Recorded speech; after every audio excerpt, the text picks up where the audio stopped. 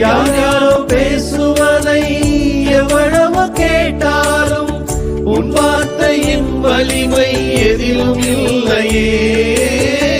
யார் யாரோ பேசுவதை எவ்வளவு கேட்டாலும் உன் வார்த்தையின் வலிமை எதிலும் இல்லையே. உள்ளே நுழைந்து எந்தன் உணர்வுகளை புரிந்து உள்ளம் பற்றி எறிவது போல் உணர்வதில்லையே. உன் வார்த்தையின் வலிமை வேறு எதிலும் இல்லையே.